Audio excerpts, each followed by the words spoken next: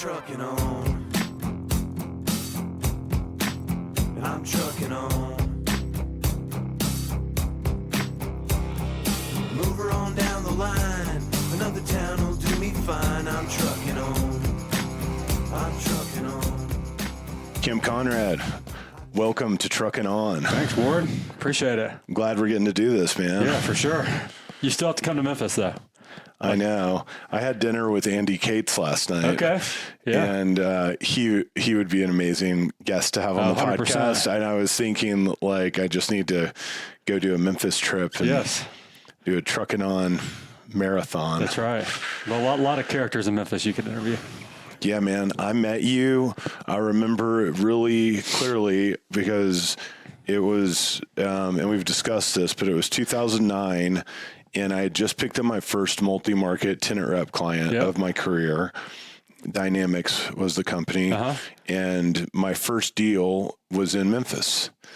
And I was at Transwestern, and we didn't have an office, so I asked around, like, who do I use in Memphis? Yeah. And someone told me to call you. So I called you, and that was like the first out of Dallas deal that I ever did in my career.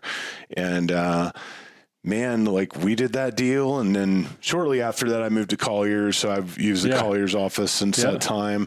And then we reconnected last year on the Link trip and Telluride. And the car on the way to from the airport there in Montrose on the way to Telluride. Yeah. And realize, like, how much we have in common. Yeah, 100%. Yeah. It was really cool how that happened. So for sure. Well, great to have you here. And I like to start out by digging into your childhood history. Yeah. So give me an overview of what growing up was like. Yeah. So, I grew up, so I live in Memphis. I went to college at Rhodes, went there to play basketball, but grew up in Roswell, Georgia, which is North Fulton County. So it's a suburb of Atlanta. So I grew up, about 20 minutes north of Atlanta. Probably take an hour to get there now with traffic. But I was an only child. So my dad was a CPA and owned his own accounting firm. And my mom she was super active. Like before she had me, my parents were older when I was born, maybe like in their lower 40s or something. But my mom was like, always like, she was at one time she was like the president of like the National like Administrative Professional Society. Like, so she worked for Rich's, which is a big department store back then. And she basically, when she had me, stopped working to raise me. She still stayed really active in the community though. So anyway, I was a bit of a kind of a little bit of a misfit growing up. And I remember I was in this talented and gifted program back in the day, like in elementary school. But, it wasn't fun. So I failed out of tag and like fifth, I'd failed the test because I just wanted to kind of have fun. I didn't want to do all this stuff. And, I kind of found out later in life, I'm like diagnosed like legit like ADHD, and it kind of explained my whole life. But so like middle school was a bit of a kind of a misfit, and, looked like skateboard, had all these different hobbies, would move from kind of one hobby to another. And then one time we had I went to Crabapple Middle School in 8th grade, and we had this, it was like the Olympics, like the Olympics, where you competed against your classes and stuff like this. And they had I don't know how long it was. Maybe it was like a 2-mile run. And somehow I got put in the 2-mile run race and, crushed it, So maybe I had some like endurance genes or something. Yeah. But I did that and I started playing basketball, and I ended up being good at basketball. I was good at like running and endurance type stuff. And did you do in like cross country or track? After like, I guess it was 8th grade, I went to Great Atlanta Christian School in Norcross. My parents put me there. And that was amazing. And I really like found my stride. Like I kind of got in my zone of what I was like good at and what I could improve at and what I could, just kind of just fulfilling, if you will. So play basketball. Then I ran track and cross country, really to stay in shape for basketball. But it ended up being, I ran the quarter in track. In cross country, I think I was top, I forget, runner up in state or top 5, something like my senior year. So I was really kind of focused on that. And then I went to Rhodes kind of in college, so that was just kind of, Yeah, and I look back and just realize how fortunate I was. I had two, mom and dad that really loved me. They were really kind, and they set a great model for me of like service. Like my dad was a CPA, but he was very active in his profession. He was like the president of the Georgia Society of CPAs. So our big vacation every year was we would go on these like one trip, like the Georgia Society of CPAs would have like their big trip somewhere. And that was like our big vacation. And I think I learned the power of like relationships then too, like how to see my parents had these like deep relationships with people all over the state that my dad cultivated through his work with the Georgia Society of CPAs with these trips. And then also from a young age, I think, it was really because I was an only child, but my parents always had me around I was always around older people. So from like just a super young age, I had to learn how to interact with older people than me from like when I was a little kid. And so that was that made a big impact, I think like a big impact on me. And then my mom just always stayed super involved. She was the president of the Roswell Historical Society, and they always just had a heart for service, helped political candidates. I served on the city council of Memphis for a little over a decade. And again, all these seeds, as I look back, were kind of planted then, just kind of seeing my parents and how they, carried themselves, how they served their community, their profession. They were always trying to help good candidates get elected for office. So, yeah. Man, that's cool.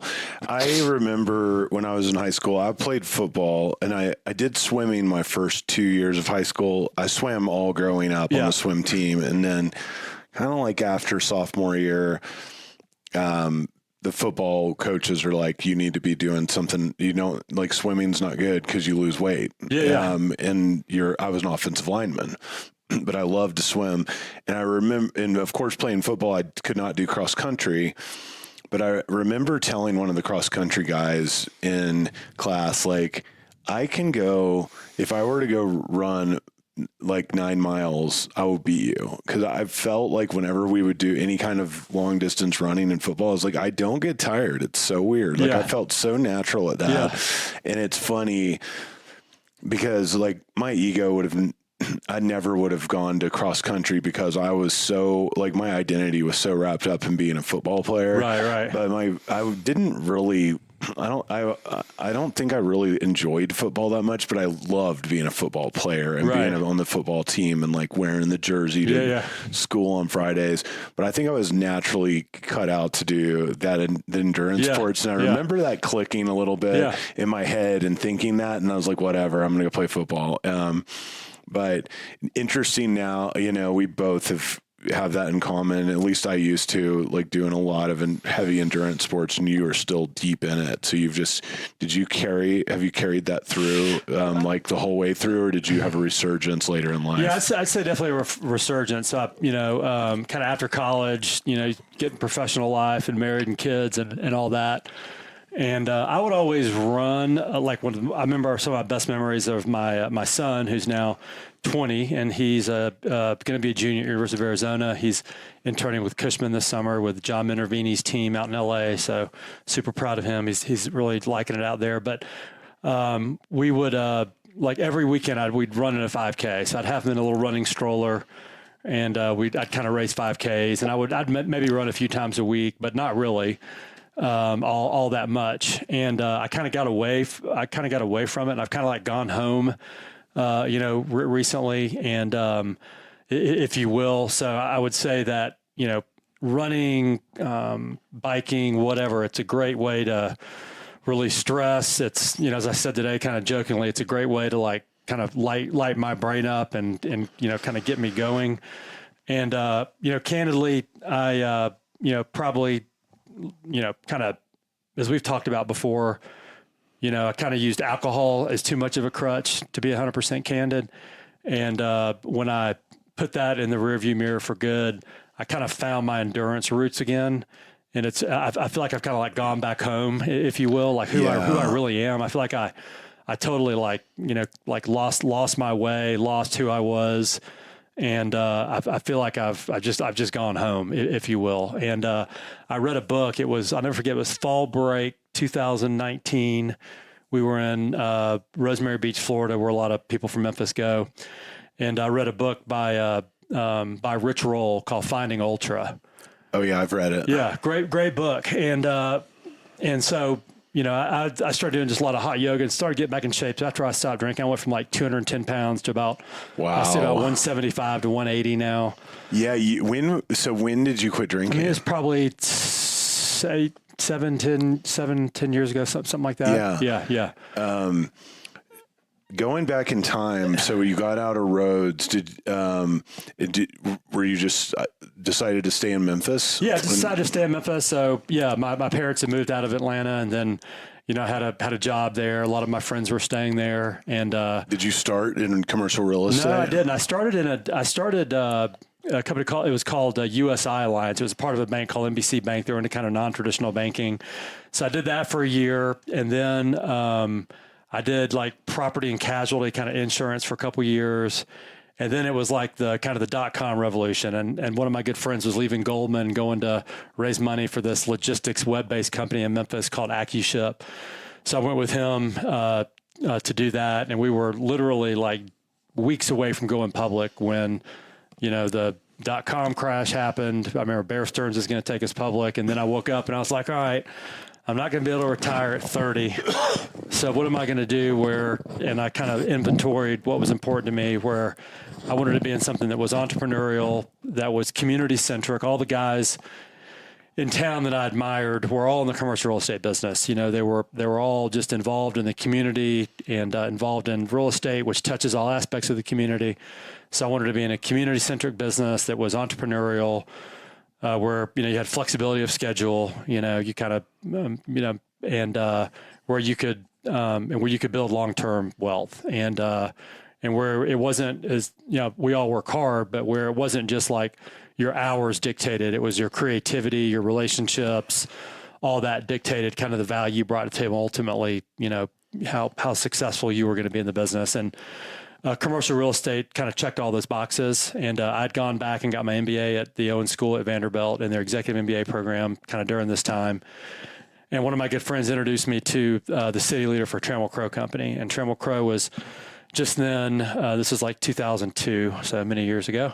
But they were really starting to ramp up their kind of corporate services type business, and they needed someone to kind of do that. So I got paired with someone that had real estate experience, because I had a lot of business contacts at this point through my political involvement. And just How old were you?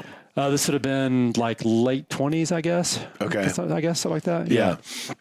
And I think that's a great time to begin a career in commercial real estate. Yeah. I started when I was 27. Yes. So I actually worked right out of college for 2 years, and I hated it. I was leasing office space. I just wasn't ready to do it yet. Right. And I felt, I don't know. There are some people that get out of college and they're like, I'm ready to go do it. Right. But getting some other like business experience and for those years and then going into it, you can just speak to a business owner in a totally different way than when you're right out of college. Yeah, I agree. So it was exactly that. So I was able, and I just got, fortunate and just through some relationships to pick up some accounts there at Trammell Crow, kind of multi-market type stuff. So I started off doing more office. And then I kind of fancied myself more of an office broker, and I got some multi-market accounts just through some long-term relationships. And then you know how it is. You start kind of sending deals out, then people start calling you when they have deals. And so I was at Trammell Crow from 2002 to 2007. The CB bought Trammell Crow, and that's when I then joined the Cushman affiliate in Memphis. It was called Commercial Advisors. So we go to market as Cushman & Wakefield Commercial Advisors. So we're an alliance office, which is really nice because we run our own business, but we're super tightly integrated into the Cushman platform. So it's kind of the best of both worlds. And I started really kind of following my clients over to industrial, and that was super lucky. And then also Larry Jensen, who's kind of one of my mentors, he's kind of our chairman. He's been in the business for a long time. But I remember one time he was talking, he goes, if I was getting started in the business today in Memphis, I would be an industrial broker, because Memphis is a big industrial market. Obviously, the FedEx, we get 5 Class 1 railroads, and all the different things. So we're 300 I don't know, 20 million square foot industrial market, which is pretty big for a city Memphis size. For sure. So I heard him say that, saying if I was getting started today, I'd do industrial. And I was like, that's pretty smart. So I really started to kind of weight my practice more industrial. So we still do a lot of multi-market stuff today, and we got to do a lot of institutional leasing, and then obviously occupier services within Memphis as well. So that's kind of a nice thing about a market like Memphis is you can play in a couple of different buckets there. Yes. Yep. So that's awesome, man. You just like really summed up why to be a commercial real estate broker really well. And I was thinking about it. We're here at the Broadmoor in Colorado Springs, and sometimes I just have to like pinch myself, and this is work, right? Right, yeah. And people tell me all the time, like, you're always on vacation. It's like, actually, I'm always working. Right, and, right. And it's awesome. Like, I love my job, and I feel like I made it up and created some kind of job where I could have freedom and flexibility, get to travel to cool places, work with cool people.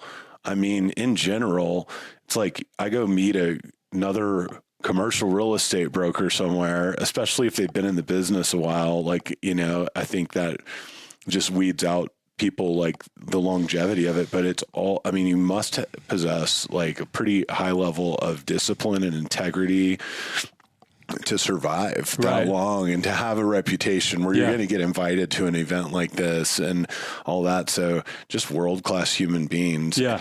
And then I explain it to some of the smartest friends that I know, what I do for a living, and they don't understand it, which is a really weird thing about it. Right. You know what I mean? Yeah. Like, have you tried explaining, like, I do multi-market tenant rep to somebody that is not in commercial real estate at all. Yeah. And or like your parents, or your in-laws trying to know, what do you do again? And my mother-in-law still asks me that. Now, what do you do exactly? What's my house worth? Right. Yeah. No, you're right. It is the best business. I'm so excited. Like my son interned with us last year, and again, he's out there this year. And it's a fabulous business, and it's like some of my best friends are, people that I've worked with across the country. I mean, I feel like in any big city in America, we've been fortunate to probably transact in, or I've, developed relationships on trips like this, or our ski outing, or our conferences, or, things we do to support clients. We did the Prologis Courage Classic for so many years, the bike ride, in Colorado, and and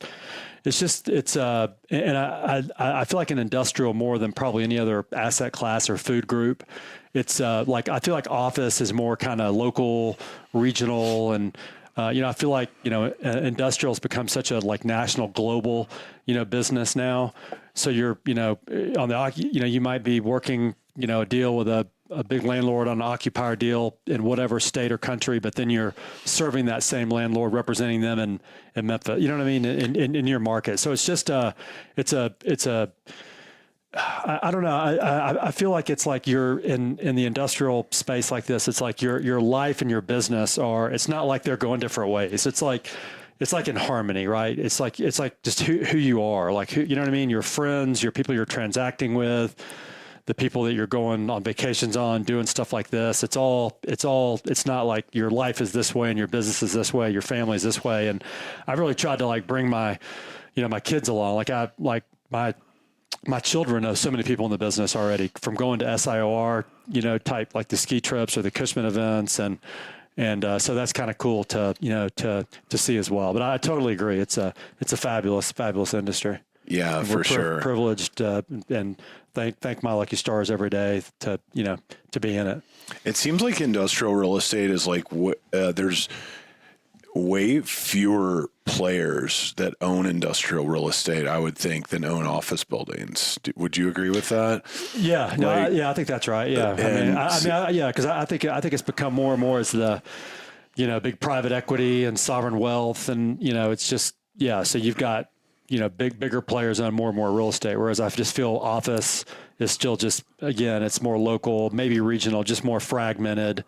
And it's just different. And once you do the multi-market work, then you just kind of know the players around the country pretty quickly. There's just not that many people that do what we do. That's right. And that's cool about it too. Yeah, no, I think so. And then those relationships can come in, super handy, especially, I think you have to take, like you said, like the long-term view of the business. I mean, the world is round and everything it's going to come back around. You know what I mean? So that's super important too, I feel like. Yeah, man. So when you got started, it sounds like you had a pretty good setup, business experience, and you had some accounts to immediately start working on and start doing multi-market work. Yeah, and it kind of goes. I mean, I remember the first one was I was at Trammell Crow, and it was Unum Provident, and again I was doing more office then. But this is a guy that I went hunting with from when I was a kid, who was my dad was his CPA. He was like he was the Atlanta Unum Provident, which is a big disability insurance company based in Chattanooga. And he introduced me to a guy named Fred Murillo, who ran real estate for Unum Provident. And they had someone handling the business at that time, but I went to lunch with him. I'm big on like handwritten notes. I'm a big note writer. Followed up with a handwritten note, stayed in touch with him. And one day he called me out of the blue and said, "Hey, Kemp, you ready to go? I need you to be in Dallas, next week. Whatever guy left the firm, and you're my guy at Trammell Crow," because they bought a lot of Trammell Crow bought their insurance from them, so they were they did all their real estate through Trammell Crow Company. And I was like, yeah, I'm ready. I'll be there. And I remember Phil Puckett was who I work with on that deal. But it's kind of that term, like fake it until you make it. But I feel like I learned more in like 6 months than most people would learn in like 10 years in real estate, because I was all of a sudden doing all these multi-market deals, working with Trammell Crow's best brokers in the markets. And I am a pretty quick study. I pick things up quickly. And so I learned really fast, like, this is what a world-class market survey looks like. This is how you run a tour.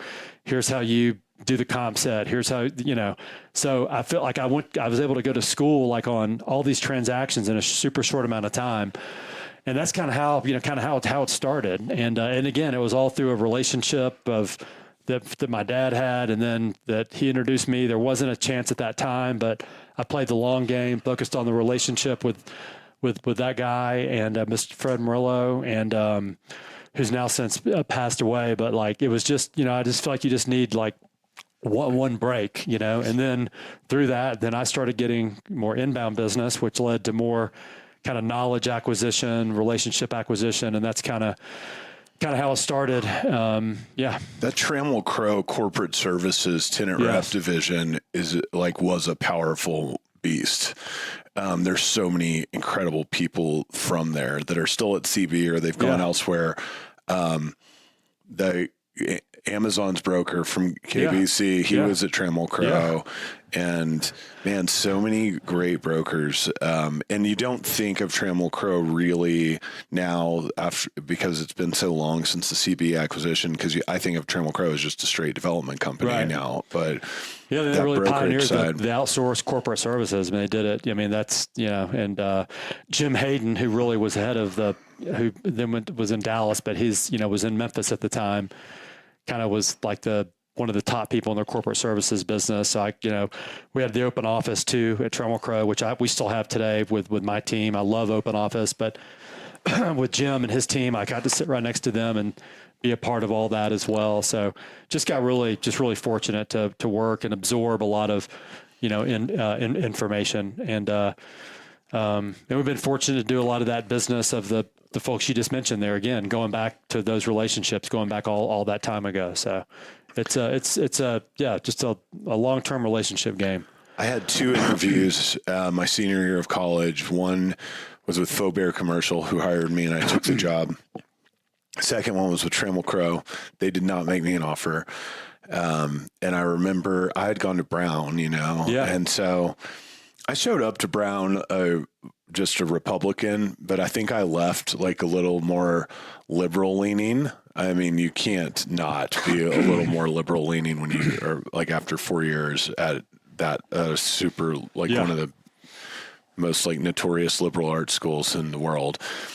And I mean that in a good way, but I started just kind of, I didn't just agree with the interviewer, and something about politics was coming up, and I was just, being a contrarian, kind of like, well, what about, did you think about it this way? And I could tell he's like, this guy is not going to be a good fit. Like I was thinking to myself, I should not have brought up politics, or I should have just agreed with what he said. But, and he probably also sensed like I wasn't super into doing it, Yeah. And I wasn't. And it would have, even if I got hired, I still think like when I was 21 years old or 22, like I wanted to play in a band for a living. And that's what I wound up doing until I was 27. But that's interesting. I remember wanting the job though, because of course I wanted to get hired. Right. So, and you did Georgia Tech too, right? I did the logistics program at Georgia Tech. Yeah. Like an executive program there. So my dad went to Georgia Tech, and I grew up going to all the Georgia Tech football games and basketball games. So I know all verses of the Georgia Tech fight song, best fight song out there. I was blown away by how hard that college must be for like a normal student to go there. Like I was just doing the executive program. It was still so challenging, and I was in logistics classes, so I was learning about industrial engineering and it was complex stuff. Yeah. And the people in this class a lot of them were industrial engineers that were in the class, and I was just trying to keep up. Right. It was I probably went there like half marketing, or maybe let's say 85%, like this is going to be good marketing if I can go get this accreditation or whatever. And, I struggled. I bet you learned a lot. I drank at that stage of my life, and I stayed in Midtown Atlanta. I'd go out there for a week at a time to do this course. And oh man, I mean, that's a good place to be when you're in your late 20s, early 30s, and you enjoy drinking cold beverages. So, cool. And then so you've been in Memphis, and when did you get into city politics? Oh gosh. So I was chairman of the Republican Party. Again, my parents just always ingrained in me to be involved civically. And so let me see. I guess it was like 2009. It was right after the GFC. So it was a tough time to be in municipal, politics, obviously, at that time, because like pension issues and things like this going on. Served on the council. I think there's no better way to like serve than being in the public process. Like you can do, it's just, there's no other way you can, I don't think, have such like a big impact on a community or a state or whatever. And I love city government because city government's like a big business. So, city of Memphis government, it's $1 billion business, 6,000 employees.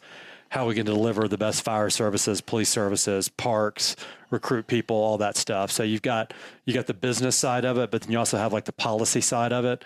So it's just super, just kind of super interesting. And also I feel like city government is where it's the government closest to the people. Yeah. So there's a lot of dysfunction, just in general. I feel like in government, but like city government is the one that like touches people the most every day, I feel like. Yeah. And so if you can make that work for people, even simple things like getting street lights fixed, getting people's trash, people calling about a pothole, getting that done quickly for people, and then letting them know, someone cares, government can work. It was super cool. I did that.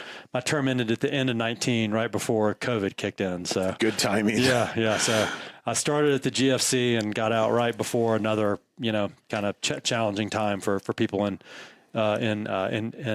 government. Yeah. And Memphis is, not Pleasantville necessarily. Like there's a lot of crime there, right?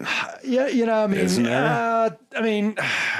Memphis, we get a little more of probably a bad rap on crime, but yeah, it's an issue, but crime numbers are down like double digits. So I think we had a ton of momentum right before kind of COVID, and then COVID kind of whacked us back a little bit with the schools closing and things like that. But, but it's getting a lot better. My old partner, Zach Rutland, used to work with our team, and he grew up in Memphis. Okay. So he would always just be like, oh man, you got to be careful when you go to Memphis kind of thing. And that's where I get it from. It's a Memphian told me that. It's not like I've ever witnessed anything. Yeah, I mean, I think too, one thing I love about Memphis is you're just, everybody's like just jumbled into the city together. It's not like, some cities or like where I grew up in Atlanta where you get your nice parts of town and you've got challenging parts of town. In Memphis, I mean, it's street by street, but that's kind of what I love about it. It's just like a authentic, that is cool, kind of like River City, swashbuckling kind of, but but I feel like Atlanta's got more of that than many cities. Like, down when you're in like downtown Atlanta, there's great. I mean, it feels like a pretty integrated society there, more so than other places. Yeah, and Atlanta's huge too, right? You got your suburbs and stuff. Whereas Memphis is about 650,000 people, about 1.2 million in the MSA. So it's just, everybody's just there together. We all got to figure out how to kind of make it work. But that's what I love about it. It's just a super, I don't know that there's a more like authentic, just kind of real place. It has like a ton of soul. You know what I mean? Amazing food there. Yeah, great food. I love going to that. I went to the minor league baseball game there. Yeah, the Memphis Redbirds. Yeah, that ballpark was modeled after like Camden Yards. Super cool. Right in the heart of downtown. Cool. Graceland. I'm not one to do touristy things, and we had a Colliers conference there, and some of the guys on the way to the airport, like they wanted to go to Graceland. It's like, whatever, I'll go. Mind blown. Oh yeah, like, that is highly recommended. Yeah, it's really cool. I want to go back. They used to I think they shut it down. It's now FedEx, but it used to be the Gibson. Yeah, now it's FedEx's supply chain business headquarters there. Yeah, the FedEx Gibson Logistics. guitar factory was there, and that was really cool tour to do. And man, so much good food there too. Yeah, great, like, really good restaurants and a lot of great like outside of barbecue. The barbecue is obviously world class, but then there's just a great like independent restaurant scene there as well. Yeah, so sure. A lot of great restaurants. Do you know the band Lucero? Oh yeah. They're one of my favorite bands. Yeah, and they're big time Memphis guys. That's cool, dude. Yeah, still good music coming out of Memphis. Valerie Jean, I like her. She's. Oh yeah, I haven't heard her. Yeah. I gotta check her out. Where do you go see shows? Not a ton really. They have like this Live at the Garden series where they bring some of these old rockers from the past.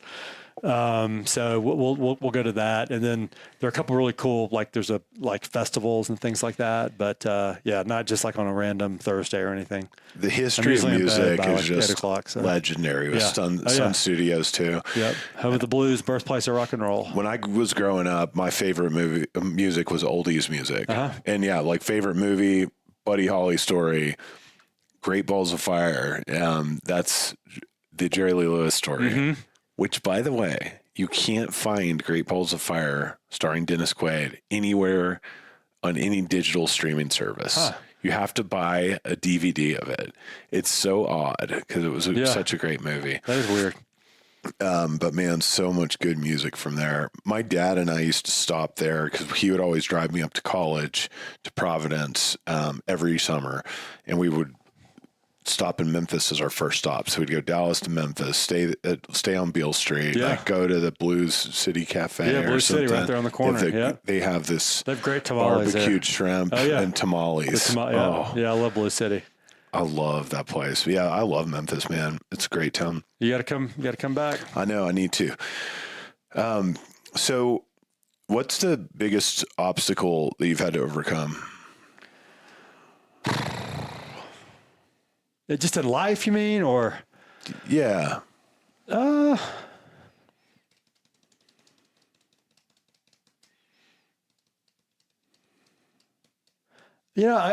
guess I'll just have to. I mean, I guess it would probably be, just kind of what I mentioned earlier with just alcohol and just overcoming that. That was a damn big obstacle. Thought it was helpful, but it was really not. So I'd say it was probably that. But when I made the decision to stop, I just did, and it's been in the rear view, and it's like one of those things like why did I do that for so long? It was just a way to kind of hide or a crutch or I don't know. It's so socially acceptable for one thing, and in our business, it's like. We socialize for work, right? All the time. I mean, if we wanted to here, we can go drink for free all weekend long. And no one would think twice, think that we're weird or something. sure plenty of people still do that. I used to. I remember that. I mean, it's like we talked about. I remember that LinkedIn post you wrote many years ago. Man, it was like one of the most authentic like posts about, like you knew you should stop, but you couldn't or you didn't, and then when you did, and then I was like what you said about we were at the event in Telluride last year because I was I'd follow you and listen to all this stuff, and then when I was in the car with you, I'm like, oh man, like I'm with my hero here, seriously, like we've been reunited because we did that deal you mentioned, and then I hadn't talked to you in forever, and then here we are in the car, we shared this great conversation. It was just kind of cool how it all came kind of 360. But yeah, no, you're right. I loved hearing that you saw that and it made an impact. Oh yeah. And I told you, like when I wrote it, it was a scary thing to put on LinkedIn, you know, but felt like I needed to do it. And it was funny too. And the way you wrote it was so funny and humorous, It was, I'll never forget it. It still like cracks me up when I think about like there was like just a state of ignorance and unconsciousness around my behavior in a huge way, like where I viewed it as a superpower. Like you viewed it as you said, you viewed it as strength. Yeah. I viewed it as like my ultimate strength. Yeah. I viewed it as a life hack. Like this is, and if you're not doing it, like you're totally missing out on life. Like you have not figured life out. Like I had this crazy and it sounds insane to me now that I was so wrapped up in it. I thought that way. Another Memphis thing I was telling Andy Cates at dinner last night and his wife that I will never forget is when I quit drinking, like for real, the first time. And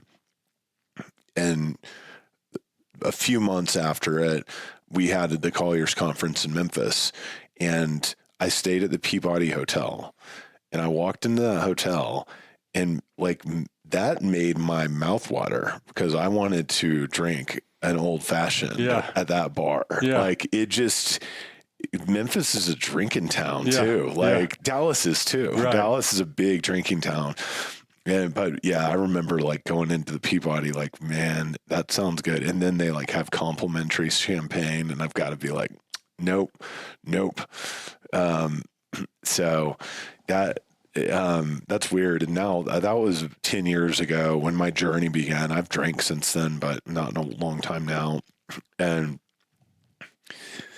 just, it took me a long time to get like kind of comfortable in not drinking, and there's still moments when I want to drink, but, for a while it's all I did when I was at these events and then you stop doing it and it's just a weird thing. Yeah. I mean, candidly, I get, sometimes I get a little anxiety to be 100% candid, like going like these things, you know what I mean? Like I had it yesterday, man. I don't know. It's kind of weird. I think, I didn't want to drink yesterday, but I had this anxiety. Yeah, that's like, I get a little. I do. I think. What is it? Like I feel like sometimes I'm like 100% like extrovert kind of person, and so I'm like sometimes I feel like I'm really like more of an introvert. I don't know and I kind of go back and forth between the two. You know what I mean? It's kind of weird, but I feel like and I think I would go to these things and I would think I have to do this to be able to go perform or go like be who like put the like go do what I do. It was just a perverted. It was just a crutch. Well, what I find now too is I'm able to I'm able to get into like really deep conversations with people. You know what I mean? Like it's really interesting and. So it's been you can have real conversation. I remember the guy I worked for at Trammell Crow that hired me. His name was Tom Morgan, and he was didn't drink anymore. I guess he was an alcoholic. You would say, but talked about. I'll never forget. Like I never understood the power of like vulnerability, right? Because I was always like Darth Vader and just like a machine and until when you quit drinking really and I kind of like found myself again, but I was just like a driven phantom in life, right? Just just like driven, goal oriented, performance, winning. And that had kind of taken over, you know what I'm saying? Like I said, I kind of lost my way. But I remember when I was at Trammell Crow, I remember Tom being super open from the jump about, yeah, man, I go to Alcoholics Anonymous, and I don't drink, and all, you know, I never knew it until later, but I was so attracted to that, like that authenticity and that vulnerability. And he was a great guy to work for. But I always told people, like, he's the best boss I ever had. But I think the simple reason why was because because most people aren't this way, right? Not everybody, but a lot of people, you know, everybody has their mask or you know, and I trying to project whatever people are trying to project, right? And all of us too, probably at different times, myself included, and a lot then. But he was just like this authentic guy that just free. And I was like, man, that's crazy. This guy is like admitting this thing or this weakness, but I was like drawn to it. But I didn't know it then. Yeah. But then later, you know, when I started kind of going to work on myself and stuff, and just that vulnerability, or to be able to, you know, share some things, that develops like instant tribe and like instant trust with people. You know what I'm saying? Yeah, for sure. So I feel like, and that's one thing through like not drinking now, and I've been able to, I don't know, I feel like a lot of people in our business, maybe just like people in their 40s, 50s, or, you know, maybe they're starting to have health issues, or like myself, I knew in the back of my head, like, this can't be good for me. Like, you know, this is bad. This is shortening my lifespan. What was kind of the thing? Like, I mean, I assume it was like a gradual kind of awareness, and then it's just like, woke up one day and like, it's done. Yeah. And I am a pretty determined type person. When I do make my mind up, So wasn't that the most freeing decision when you made your mind up? And I was just like, I'm not doing it anymore. And but I love like NA beers. There's so many great NA beers out there now. You know. And by the way, I'm drinking one right now. I should have offered you one. That's all right. Best Day Brewing Hazy IPA here at the Broadmoor. This episode is brought to you by Best Day Brewing. Yeah. And yeah, man, they're making so much of it now. So good now. Yeah. Like, dude, this whole thing for me really like just shifted my perspective on drinking's not cool. Being sober is cool. Like drinking excessively is not cool, at least. Being sober is cool. AA, alcoholics, that is synonymous with loser, is what I used to think. Now, like, if someone's going to AA and they're sober, it's like, I know that shit ain't easy. Right. Like, and that person's powerful. Right. That's real. They are strong. That's right. And brave. Right. But I didn't think that before. I thought the total opposite. Right. But this is true, what I'm saying now. Like before, it was an illusion that I was living in. And that's what it happens when you quit drinking, is you just see the truth. The illusion of all of this bullshit goes away. And then it continues you just continue to kind of peel back this onion and like, oh my gosh. And you realize that you can live life thinking one thing was 100% right, and you can be totally wrong about it. And that brought me a lot of humility. Yeah. So it's like vulnerability for sure. And then this humility that like, I'm always open to hear other people's take on things because I recognize, like, I've been there. The alcohol is one thing where I was like that, but there's a million things in life where you can just you can have your blinders on and not know it. And you can be so sure of something, and it's, but it's not accurate sometimes. And just to be like, have that kind of humility, I think is really a powerful, like attribute of getting past that as well. Yeah. That applies to all things. It can apply to like how I work, like new ideas, and not just, and the ability to reinvent yourself. I was 37. I had in my mind, I am going to be known as this hard party and good time guy.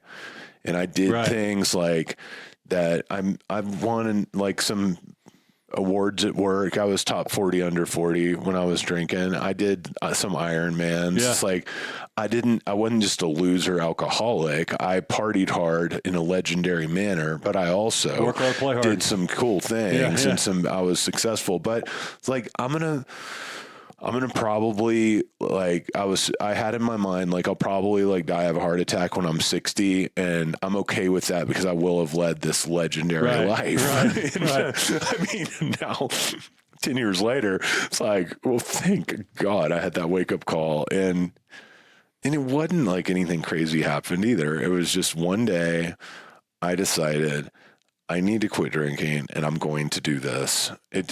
I decided to do it 3 months after I made the decision, but I made my mind up. Like, this is the head of the poisonous snake that it keeps screwing with my life. And I've got to just cut the head off of the snake, and that's quit the drinking. And I mean, sure enough, like almost instantaneously, like God gets involved in, and God's like, good decision, my son. Here, here's all of these opportunities that are going to unfold for you when you start living in alignment with like, you know, divine will is the way I see this. It's like, cause that path, the other path is not that. And I think it's just a path of destruction, and in some weird way, it can just, you can have your blinders on and think it's the path of glory that you're on. Right. So, man, I appreciate you sharing that. And the vulnerability, man, it's powerful. And I'm hopeful someone hears this conversation that needs to hear this conversation. Well, yeah, that's one thing too. Like I was kind of saying, whereas like, you know, some things like I'll order an NA beer and people will, you know, and I'll explain some version of what we're talking about. And I find more and more people, like, if these are starting to think about that, or they're sober curious or whatever. And, you know, there's several people now that I've talked to. They're like, hey, I've, you know, you've been an example. I've stopped drinking. I'm not doing that anymore. I've been thinking about it. Thanks for sharing that. I'm on a different path now. So that, and again, no judgment for people that do it all, right? For sure. But I just find that, and again, through just kind of candidly sharing some of these things in conversations at events like this, it's, you know, maybe I've been able to have a positive impact on people, and then maybe their children and on down the line. So that's kind of been super, you know, super gratifying. There's a butterfly effect about it, you know, and even just like when I read your thing, it had an impact on, now that then I was like, oh, you know, but you know, it's, I'll never forget it. So, I mean, that.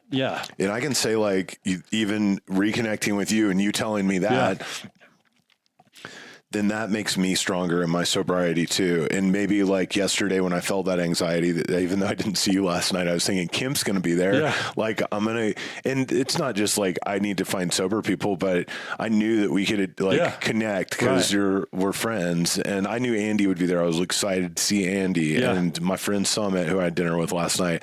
Like but I kind of like don't know a lot of people here, and I've become a very big introvert at this stage of life. And I don't think I would have ever described me as that. Yeah. I think my dad, I told him the other day I'm an introvert, and he's like, no, you're an extrovert. Yeah. I was like, dude, I know I used to be, but I don't know if I ever was, or if it was just the alcohol. And I think it might have just been the alcohol was the ultimate extrovert cocktail for me. And these things now, I mean, like back to that Memphis trip, right? When I was like a few months sober, I was like, I'm going to show up to every event. I'm going to stay out late, and like, I'm going to go to the after party, and I'm going to be there, and I'm just going to show people that I have not changed. I just don't drink anymore. I'm still cool. Right. And I did that for many years and forced myself into that. And now it's like, I come to this, and I did not go to the happy hour yesterday. I mean, the last 5 minutes of it, because I'm like, I'm going to go to dinner, and then like when it's time for dessert, I'm going to leave, and I'm going to go do my activities. And I knew we were going to do the podcast today and like have some good one-on-one time with some people that are here, but I don't have anything to prove. Yeah. And that's like another really nice thing that just carries through in all of life. But maybe like sobriety has taught me more than anything else, is just kind of, or maybe like just realizing I have nothing to prove at something like this, or like I have to be there, I'm going to hurt someone's feelings or something. And just telling people the truth, like, yeah, I was at my family reunion last weekend. And they're like, where were you all day? I'm like, well, I felt like I did a lot today with you guys, but it's like part of this sober journey is I need to have some downtime and alone time to like re-up my energy. Right. And I can't just go and be super extroverted all day, or it won't be enjoyable. Right. That would make me want to drink. Right. Yeah. Like, so that's kind of like, I'm super conscious of my mental health and the way I need to live my life to be mentally healthy, where I don't fall on habits like drinking or maybe, like eating shitty food or whatever it may be, and go be disciplined and regimented. And that's carried it's just like makes life so much better. Discipline's the only form of freedom, as they say. So for sure. I have it tattooed on my arm. Yeah, there it is. So, I heard something the other day that you just made me think of, and I can't remember where I heard it, but they said that America has a Statue of Liberty on the East Coast, and they should have the Statue of Discipline on the West Coast. Like to say like those two things go hand in hand. Right. That's right. Because what is freedom, right? Like, it's not just being able to do whatever you want to do whenever you want to do it. Like it's more complex than that. Yes. What advice would you give to your younger self?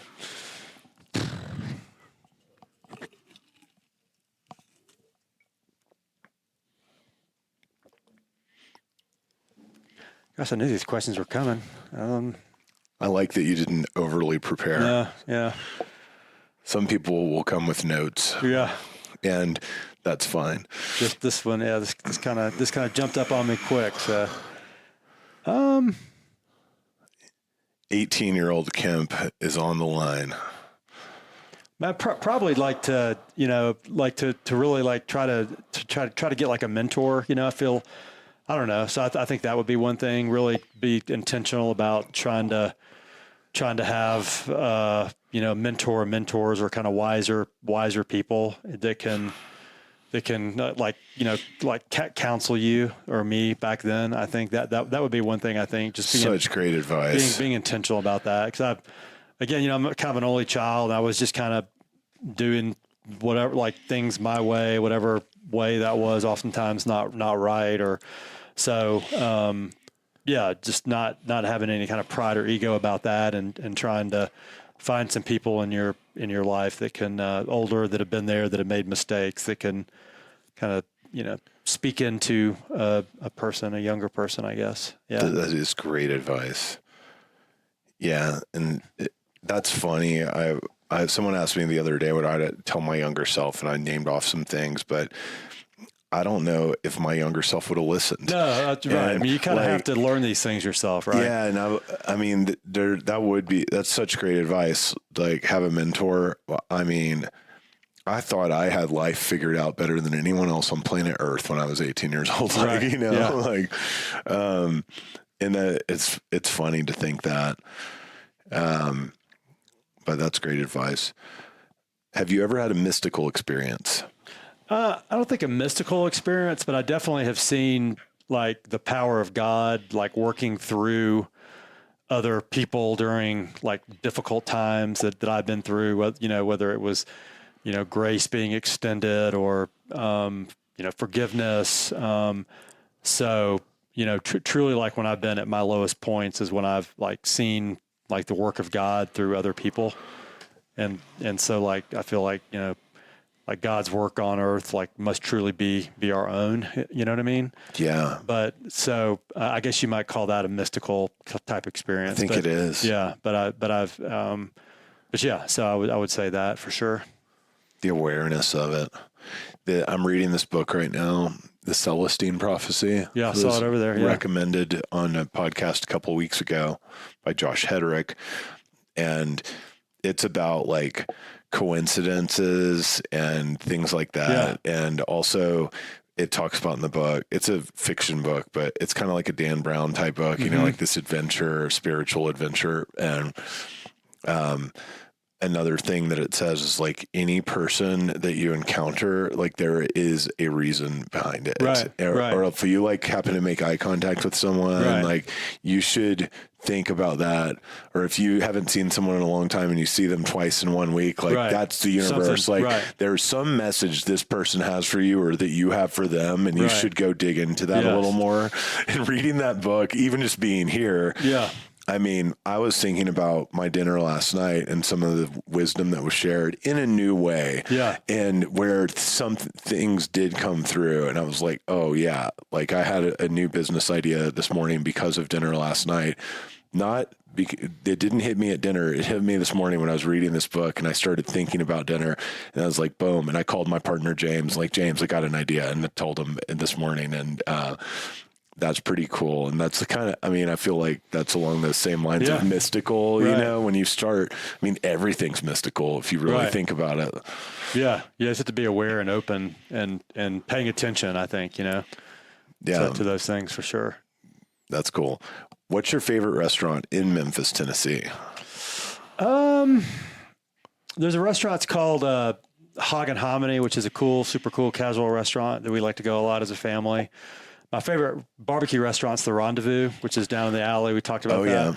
And I love the Rendezvous because it's one of those restaurants, one of those rare places where both locals and tourists go. So like when the PGA Tour's in town, when the president's in town, everybody's going to the Rendezvous from out of town. It's like the place to go, but it's also like generations of Memphians have been going there too. So you kind of have like your own waiter there that waits on you and stuff. It's just a super cool place, a lot of memorabilia, and I love the barbecue there as well. I love it, and you can mail order it. Yeah, that's right. So that's one of the things that we do for whenever we do a deal. You know, we'll send our client or the other broker. We'll send them a rack of ribs. We do that a lot during Christmas, but we spend a lot of money at the Hogs Fly Rendezvous shipping office. For sure. So, yeah, that's how I discovered it. I mean, I've been there before one time, and they had shut down the whole restaurant for Colliers to go in there, which was really cool.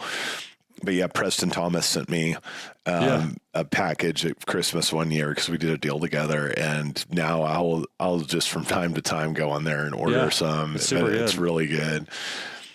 And we didn't really dig in too much to the endurance. Yeah. But I mean, tell me like, what's your your proudest accomplishment thus far in the endurance journey that you'd like to talk about, or the coolest race you've done or something like that? Yeah. I mean, I've got a bit of a, I'm like an all in personality. So, when I was, maybe rattle off like a handful of the quick story on like the last decade or so of that journey. Yeah. So I read, so not too long after I stopped drinking, I really got into like hot yoga. I love that because I tell people if you only have an hour to work out, yoga's the best. You get mental clarity, you're getting your heart rate up because the room's hot, you're getting balance, you're getting strength. So man, I was like, me, you're preaching to the choir. That's my number one thing. So I was doing a lot of that, and that was about it. And then I read, back in 2015, I had a tibia plateau fracture. So from running too much? No, snow skiing. So I've got like 14 pins in my knee. It was really, really, really bad injury. And so the doctor said, after that, he goes, I wouldn't make running your main form of exercise. And I kind of took that as, stop running. You shouldn't run anymore. And so I pretty much stopped running after that. And I wasn't running a lot. I was running enough like during the week where I had that outlet. And candidly, I think when that happened and I stopped kind of running, I think that's when I started kind of drinking more to take the place of that. You know what I mean? Yeah. And so this happened 2015. Stopped drinking not long thereafter. 2019, I was at the beach. I read Finding Ultra, Rich Roll book we talked about. And it talked about how he found endurance sports. He swam at Stanford. He quit drinking too. And I was like, man, if this guy can do that, I can start doing this stuff. So it was right around that time where, COVID happened not long thereafter, but some people in my office said, hey, there's a half Ironman coming to Memphis. Let's sign up. So I signed up and okay, I'm in, right? I committed to something. I'm all in. So I hired a coach, started like running, bought a bike, started swimming. Didn't know how to, I knew how to swim, but not really how to swim. You know what I mean? Like I didn't grow up as a swimmer. Yeah. So I started watching YouTube videos, got some lessons.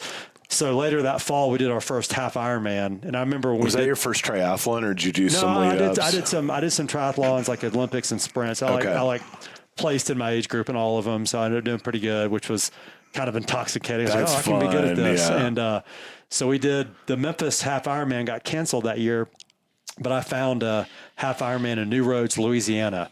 So myself and about 5 of my friends, we rented a house. We got a Sprinter van, went down there, had the best time. And at that time, for the first half Ironman, it was like, hey, you're going to climb Mount Everest tomorrow. You know, it was a big deal. Now I could go do a half Ironman tomorrow, right? No problems. But then it was, again, it shows how much we're like, I think a lot about mindset. We're all capable of so much more than we think. And our thoughts can be so limiting to us. And that's one of the things this has taught me is through physical activity that there are like no limits. And that can be in your personal life, your business life. But we did this half Ironman, and I remember I almost quit in the swim. We were in this, I found out later there are alligators in this it's called New Roads. It was a False River. It's like an old oxbow lake. But man, I went hypoxic in the swim. I went out too fast and I couldn't breathe. And I had to swallow my ego and wave my hand and call the, kayak guy over and just catch your breath. Yeah. But I was like, well, you're either going to do that or you're going to quit, which is worse. So I did that, caught my breath, boom, finished the thing and did okay. So that was like 2020, I guess, I think. Yeah, 2020. And then since then I've done, I think 10 half Ironmans. I did the Ironman World Championship 70.3 in 2022. I've done 2 fulls. Which ones? I did Coeur d'Alene and I did Arizona. Nice. I did Arizona 2 years ago. And I've done a bunch of, I ran a Boston qualifying time in December, which is always like my big goal. I never thought if someone said, hey, when I start doing this stuff, you'll be able to run a 7:35, mile average marathon. And, I did that in December. So that was kind of cool. And, cause I never thought that was possible. And, did you do Boston? So I ran a Boston qualifying time, which for my age group was 3:20 or less. I ran like a 3:19:15, but now that was up. They just moved the things up 5 minutes. So it was a 3:25. So it's 3:20, but now they base it on how many people run and what the times are. So usually you've got to do it several minutes faster, like maybe 5 minutes faster. So I don't know that time will qualify me. So I don't say like I qualified for Boston because I don't know yet. Yeah. But I ran a Boston which was my goal. Yeah. Now I feel like in that race I could have gone faster, but I knew in my mind, like I need to get below 3:20, check that box, then I can reset and run a 3:15 or 3 whatever. So, what's your Ironman PR? So both, they were both, I finished both of them, but they're both horrible. So I don't even know. It was like a 15, 16 hours. So Coeur d'Alene, when I did Coeur d'Alene, it was like 2021, I think. And it was when they had there was a big heat dome up there. Dude, it was like 104 degrees, 30% DNF rate. They filled up all the hospitals. In hills, right? Like it's hilly. Hills there, yeah. They filled up all the hospitals in Coeur d'Alene. They had to send people to Spokane. So it was like, there were people, they're like laid out on the side of the road. So it was so hot.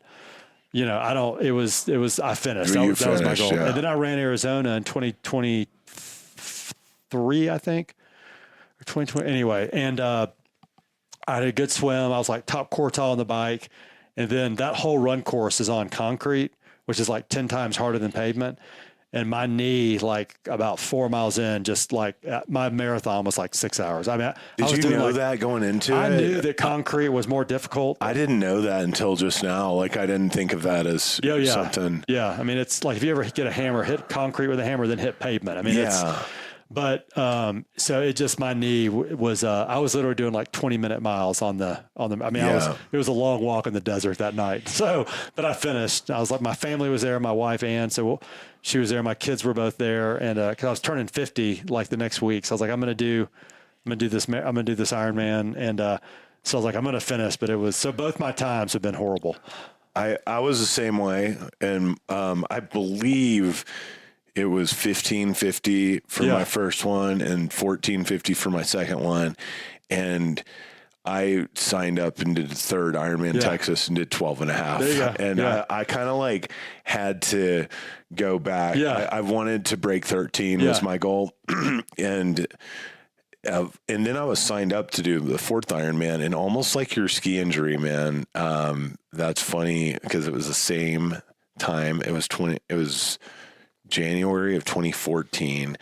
I was in a motorcycle wreck, and I was training for that fourth Ironman, and I'd been training, not as hard as I had for that 12 and a half. Like once I hit 12 and a half, I felt so confident that I started drinking again because I had been sober for like the year when I did my last two Ironmans. So then of course got on a motorcycle after drinking and wrecked it. And, while my wife was pregnant, and thankfully it was, minor injuries, but I still have this huge like scar tissue all over my hip, and I broke my toe and have hematoma on my hip. And then the fourth Ironman wound up being the same weekend my daughter was born, and I kind of knew that. I was still going to try to do it, but I just started getting injured, and I'd never really dealt with injury like that before. So canceled that fourth Ironman, and I always used endurance sports to justify my drinking or to balance it out. So I would be like, get really locked in on a race, be sober, and then go party after the race was done. And that was my thing, like through my late 20s and through most of my 30s, and until that injury. And then I could not go do a 10-mile run to get rid of a hangover like I used to, and I would instead sit on the couch and make a Bloody Mary. And then I gained weight, and like a ton of weight, like 50 pounds or something in 18 months. And blood pressure became high and just felt like crap. I would like sweat in the Texas summer tying my shoes, I remember. So I'd just wear sandals everywhere and like sweatpants everywhere. I didn't fit in any of my clothes. It was a sad state. Oh man. But that injury like really kind of saved my life in a way, because I might have just kept that behavior up. Like, the yo-yoing. Right. So that's interesting. And then what did you just do? So really cool. The other kind of epic thing we did, I'm a part of a fitness community in Memphis called Diversifit. 2 years ago, we did Grand Canyon, rim to rim to rim. So we started rim to rim. It was 49 miles. So south end, south rim, north rim, and back. So even though my Ironman PR is faster than yours, I hiked with you in Telluride, and like I was like, dude, see you later. I'm going back down on the gondola. I'm good at going up. I can't go down that fast because of my knee. So, really? but I can go up pretty good. You can cruise, man. This is impressive. So anyway, I'll pass on that with you. Through that same group, though, we just got back. And I kind of feel like an ignorant American because I didn't know what this was, but we did it's called the TMB, or the Tour de Mont Blanc. So it's around the Mont Blanc Massif, and it's about 102 miles. We start in Chamonix, France, and you go through Italy, Switzerland, and back into France. And you basically go around the Mont Blanc. No, this is hiking. We were running, hiking. We were kind of like we did the Grand Canyon. You kind of power hike up, run the flats, and run down, but it's pretty technical. 22 of us went, and it's this famous trail. It's beautiful. We did 2 days before, we did like day hikes. So I ended up doing we did 8 days. The actual journey was like 6 days, but we did 8 with our 2 little day hikes. We did like 125 miles, 40,000 feet of vertical gain over that time. And it's all a linear track, so you're stopping at different hotels on the way. Exactly. So but you have no car. We didn't have. So Cole Giovanetti and his wife Lauren run Diversifit. So every year, like usually we'll have someone doing. We kind of we did Grand Canyon 2 years ago. Last year we had several people doing Leadville. So everybody will go to Leadville and help crew our Leadville runners that are doing the Leadville 100. Have you done that? I've not done that. I don't know that my knee would allow me to do that. Oh, okay. But I've crewed my friends doing it before. Cool. Yeah. 50 miles is about, it kind of starts to get a little achy, but, and then so on the off years, they'll do these other trips. So this was the first international one. So Lauren booked it all, and then they had a van, And then we had 2 other kind of crew people, the husband of another woman that went, and the uncle, a guy from Ireland, of this Irish woman who's in our group. So we had kind of 3 crew people. So they would kind of take the van to the next stop every day with all of our bags. A lot of people are out there just hiking it, camping out, and that kind of thing. So you'll be walking up the mountain, you'll see these tents in the meadow. It's kind of cool. But we would stay in hotels, or they call them refugios, which are refuges. And they're basically like these little quaint kind of Airbnbs where they'll have, some rooms and restaurants and things like that. But I highly recommend it. We did it in 6 days. You can do it in however many days you want.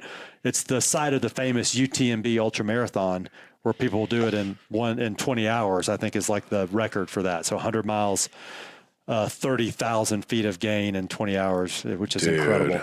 But it was great. And, the food is amazing, and it's just a fantastic experience. But I just got back from that on Sunday and had a couple of, fast-paced days in the office, and then shot out here on Thursday. So, so the Tour de Mont Blanc, I highly recommend it. One hell of a summer. Yeah, it's been a good. I've been I'm between Telluride and that and here, my elevation acclimation is good. Yeah, my heat acclimation's gone to hell. So when I go back and do some stuff in Memphis, it's gonna be a little bit hard in that humidity. But I used to love training in the summer, almost just for the point of when fall would break and you would get super fast. Oh, yeah. All of a sudden, It's amazing. you have so much more energy. Yeah. When that crisp air hits you. Oh gosh. Yeah, the heat is a major performance drainer for sure. It is. What is your favorite vacation destination? I really love coming to the mountains of late. I think like when our kids were little, we'd always my wife and her parents had a place in kind of Panhandle of Florida, so we'd go to Destin a lot. Looking back too, I wish like a couple times we went to the mountains in the summer, like to Vail, and I wish I'd have done that kind of more with the kids. But just I love the mountains. I guess I'd say Vail, both in the summer and the wintertime. Yeah. Yeah. Yep. We have our Cushman ski thing out there every year. So I've been doing that for, forever. And then just getting out in the summertime as well. So is that an industrial only event? Yeah. Yeah, that's right. Yeah. Yeah. I've heard of that. Yeah. It's a lot of fun. Cool. What's a book that you recommend? Well, we've talked about Finding Ultra a Finding lot. Ultra. Like everyone should read that. There's another book I've read. It's called The Bonds That Make Us Free.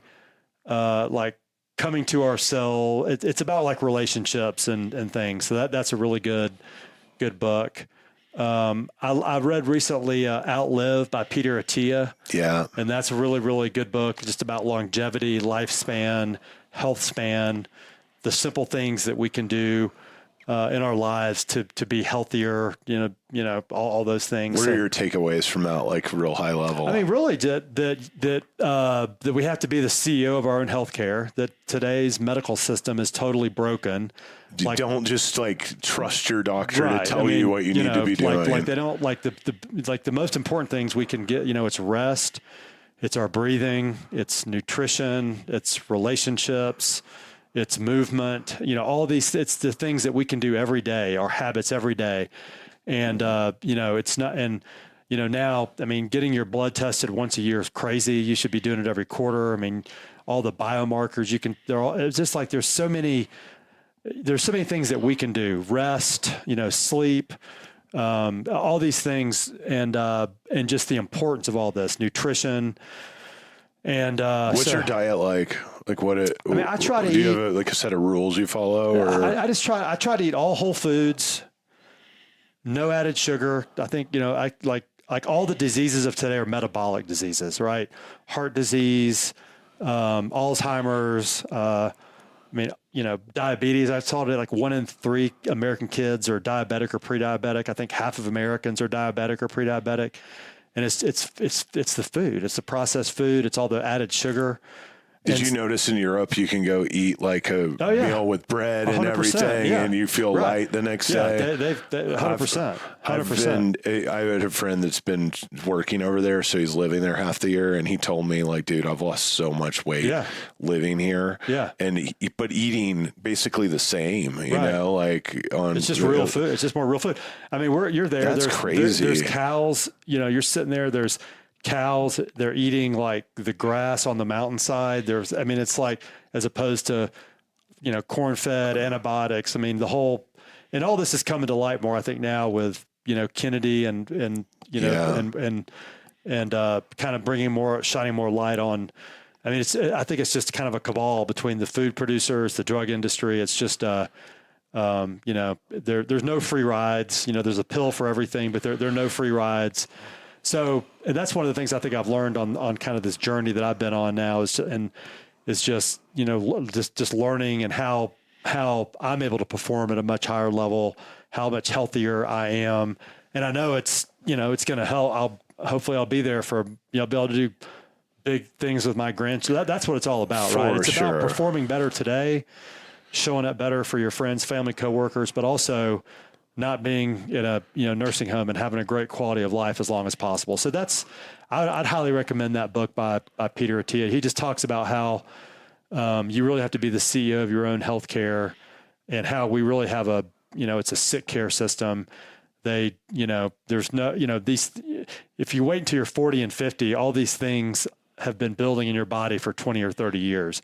Now, the human body is super resilient, and these things can be reversed very, very quickly. So you can have diabetes and then you can reverse it. But, if you can start on these things earlier with a healthy lifestyle, you can be so much better off. And so other books I've read along these lines, there's a book called Breathe, which is just about the importance of breathing and the breath. And it sounds hokey, but it's just the scientific nature of it. Super interesting. There's a book called Why We Sleep, which I recently read, which is really good about the importance of rest and how everybody needs sleep. So those are some books. There's one great book called Running with Sherman, which is just a great book. I highly recommend, by Christopher McDougall, who wrote Born to Run. And it's about this family his family, actually, they adopt a donkey thinking they're going to help this donkey, but it's how the donkey kind of transforms their family. And then they take this donkey. They have these things called, I could talk for going off on some tangents here about donkey races, where you race with a donkey. It's real big, in the mountain towns in the West Coast. So I want to do a donkey race one day. So if you want to do that with me, we could do that together. Not to be confused with the donkey show. No, you have a 10-foot strap. You race with a donkey. They have marathon 50 milers. Really? Yeah. And they started with the miners back in the day, where the gold miners, it was it's kind of an activity, kind of like skiing. And now in all the mountain towns, as a part of the big mountain festivals, they have donkey races, and it's like a legit sport. So that's cool. You would love Running with Sherman, because they talk about all these different things. But that's a great book. And The Comfort Crisis is another one. I think it just talks about how we're as humans not meant to live in comfort all the time. Our bodies are meant to fight against the elements, to you grow through stress, like hormesis, right? And so there's not everything 72 degrees everywhere, so that's why cold plunges, saunas, all these things, they give our bodies, I think, the stress we need to adapt and to grow that we don't have now in modern society that, we had kind of, back in the day. So yeah, man. Those are a couple books there I'll throw out. You're a big reader. Yeah. Do you read constantly? Yeah, I go through phases, but yeah. Yeah, me too. Yeah, but yeah, I try to always have a book nearby. I'm doing 75 hard right now. Okay, yeah. I'm on day 66. Okay. Almost done. Yeah. But you have to read 10 pages a day. Yeah. And that really got me back into reading. And Yeah. I've probably read 6 or 7 books since I started. Yeah. Yeah. And there's so much. I don't want to stop. I think I want to just keep living this way. Yeah. And I have to make it to 75 days first, but then I was thinking there's no reason to go back to eating sweets again. Right. I quit eating pork. Mm-hmm. That feels good. Yep. I used to love bacon. So Mm-hmm. I would buy a package of bacon and I would cook bacon for me and my children maybe, but then I would end up eating it all because they don't really like bacon and it's just not really right. good. And then I quit fried foods. Yep. So they become these things that I used to love, obviously sweets, French fries, bacon, great thing. They taste great, always make me feel like crap. But then cutting them out, it's kind of like alcohol. Once I get removed from it for a while, then it sounds kind of gross. Yeah. And in a short period of time, and the resilience of the human body you mentioned, I can just feel like all my clothes fit better. Oh, yeah. My joints don't hurt as Right. much when I do yoga. Because when I'm eating all that crap, it's just like, Yeah. it just energetically crushes you, Right. man. Yeah. And I can't even imagine if I was drinking. Like, you're not allowed to drink on 75 hard, but I think about that. Like, what if I had been drinking and doing all of this other, like eating French fries and all of that, like that? And that's what a lot of people do, Right. all the time. Right. But when you're doing it, like when you're living that way, it's almost inescapable too. Like, Right. it's hard to see a way out. No, that's right. No, that's right. That's Yeah. why I did 75 hard. It's like, I've got to snap out Right. of this, because I really fell into just like some poor eating habits. I don't know what it was.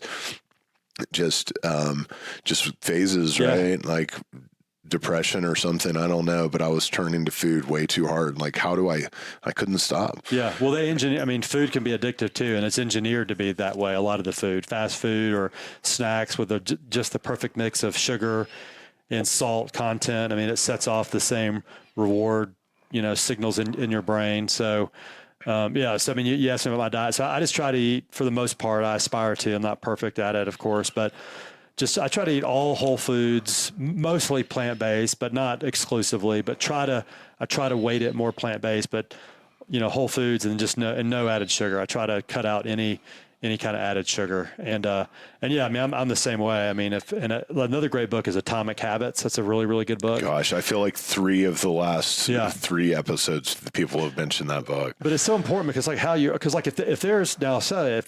I'm at home and there's I'm probably going to eat, so I have to organize, I have to it's back to discipline. Yeah. I've got to organize. If I've got health, and it's so good, you can eat healthy and it's delicious. It's amazing, but I've got to be thoughtful. It becomes addictive. It does, yeah. Right. But I have to just organize and try to have all that good stuff at home, because if there's other options that are in front of you, you got to remove those negative options. Right. And that's I just have to, it's hard to have discipline when the thing is right in front of you, right? Yeah. So if you eliminate the thing and you only have the other good options, I think that's really important for me. Yeah. Do you have a favorite quote, or a quote you'd like to share? One that I've got a lot that I rattle off from time to time, but I don't know. I love that movie, The Shawshank Redemption, where Andy Dufresne says to Red, he's like, get busy living or get busy dying. So that's a good one. I feel like I love that. it can relate to a lot of different things. So I don't know. The more you give, the more you get, I think is a good one. So you don't give to get, but I just feel like the more you're able to, you're able to serve and do others, the more that kind of comes back to you in the world. So I think that's a good one. I've got a lot. Great. I've got a lot. I bet you do. What about a charity or cause? Oh man. So I got 2. One is this, I'm on a board. It's called Pure Youth Academy. And I've been working with these guys for about a decade, but it's a boarding school for, at risk or disadvantaged kids. And it was started by a former drug dealer and gangbanger in Memphis, a guy named Melvin Cole, who, was a great football player, and all he knew in life was, I can be a drug dealer or a drug user. So he goes, well, I'm going to be a drug dealer. And but he played football, played at Bowling Green, and got hurt, went back to the drug trade, got arrested, was in prison, saw this kid getting brutally gang raped, and went back to his cell and fell down on his knees and made a pact with God. And he said, God, if you get me out of this, I'll go back and dedicate my life to serving kids that look like me. So that's what he did. So he came back to Memphis and started just, mentoring some kids, coaching football. And then he'd be taking these kids home and notice they'd be on the doorstep the next day. No one's at home. So he started taking them in, homeschooling them. And so now we've got about 35 kids. We just opened our new campus in Memphis. So it's an ag tech school. It's ag tech focused. So we have hydroponics and farming, because you can make that's a great career. But it's also, we use sport, so football is kind of the carrot. And, but we got 100% graduation rate, and 83%, I think 83% college, go to college. The other 17% go to military or trade school. And these are kids that a lot of them had interactions with the juvenile system or things like that. Wow. So it's called Pure Youth Academy. So, it's really amazing. That is awesome. So and then another thing I did for the first time last year, it's called Ride to Rosemary. And there's a guy named Chuck Bolton in Memphis, real successful in the investment business for a lot of years. And he came up with some kind of like tax advantaged investment vehicle. And he actually had an opinion letter from Ernst & Young that it was, lawful, but he got prosecuted, went to jail, kind of lost everything. And when he was in jail, some of his friends went to him and said, "Man, what are you going to do when you get out of prison?" He goes, "Man, I'm going to ride my bike to my house in Rosemary Beach." Like, well, we're in. So that year, like 7 guys rode from Memphis to Rosemary Beach, Florida, about 500 miles. So last year I got invited to do this ride. Now it's like 100 plus guys, about 75 ride every year. So the next year they're like, "Hey, we got to make this bigger than ourselves." And so they started raising money for the West Cancer Clinic. And so it's called Ride to Rosemary now. So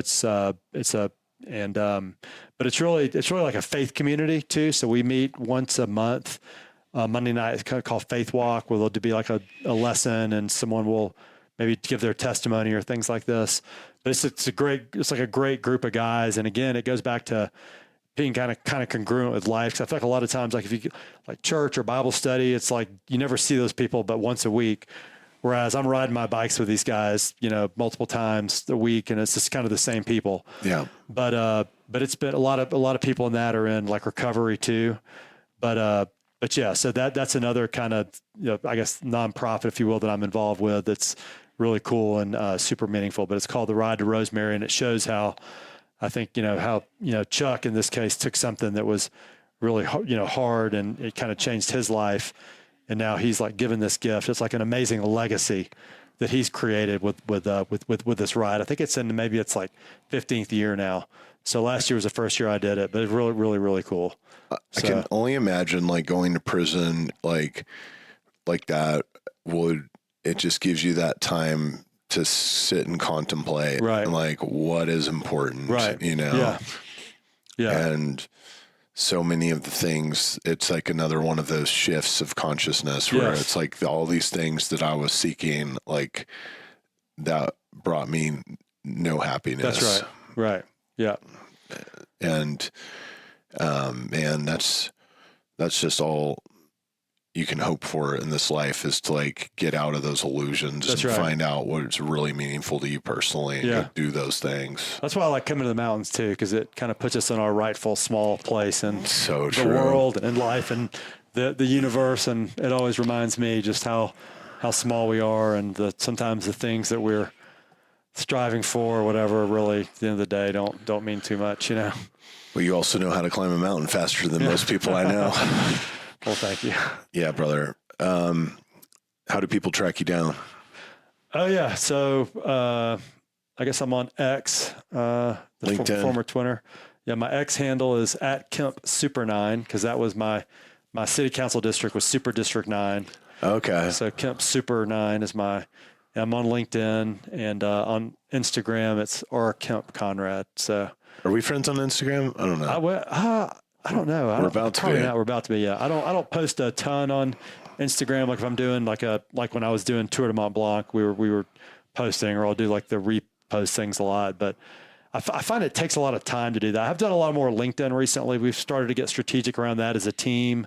Yeah. And I feel like that's important, just to be visible. And I try to like kill my ego every day. You know what I mean? Yeah. Like I want to just like crush my ego every day. And I find that social media is kind of the opposite of that, but I feel like it's kind of a necessary thing we have to do. Crush your ego on social media. What's that? You should just crush your ego on social media with your vulnerability. Yeah. We started to we try to be first, or we are first with our market report every quarter. We get it like out that day. Yeah, we started to do some like fun, like last quarter. I like that, The by the Office, way. That's yeah. a great move. Did you see that we did should The do Office? that. I don't do that. We did a little play on The Office, the TV show The Office. Yeah. So we started a year ago on July in the second quarter recap, and we were like shooting off fireworks. It was the most redneck video, but I was like, let's not let perfect get in the way of good. Let's just start this. We'll get better every time. So we try to just animate like our quarterly reports. We want to be first. We want to be accurate. And we want to You're make it making fun. a video of it? Yeah, we do. I'll show it. Yeah, we'll do like a funny video. So, last time we were down on Beale Street, we did the fireworks last year. Was a year ago. This past time we did kind of a spoof on The Office, the TV show. Were you Michael Scott? So I don't really know The Office. I've never watched that, but I don't know who I was. But you'll have to watch it and tell me. It's so good. It's one of my favorite shows. Yeah. So, so we're trying to be definitely been more active on LinkedIn of late. So That's cool. Right on, brother. That's all I got. Let's go enjoy the beautiful mountains. Yeah, love that. Let's have dinner tonight. My beautiful wife Ann is here too, so we'll love to sit by you at dinner tonight and have some more real talk for sure. Yeah, man. Can't wait. Thanks, Kemp Conrad, thanks for for having me trucking on. Peace.